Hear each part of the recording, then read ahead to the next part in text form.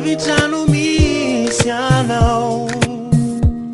Di mifokombolang telefona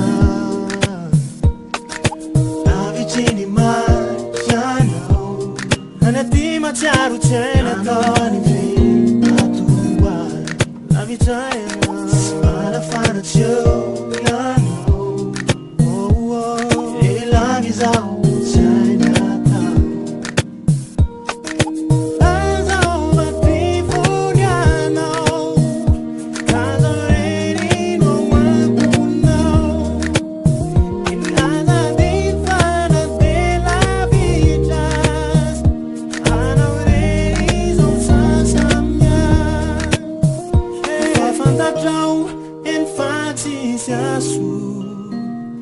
Ilay toera mahina toapo Angamba mety tsy azonao ansay Alahelo vision tansay Aiza foana ianao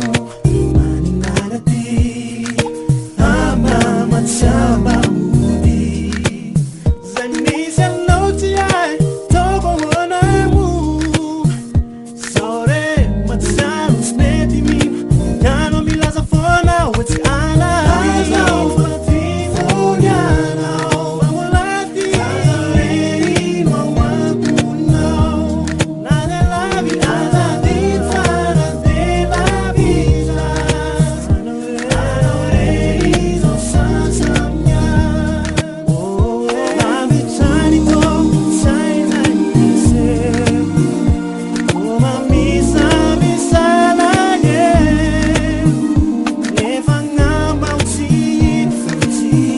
Visa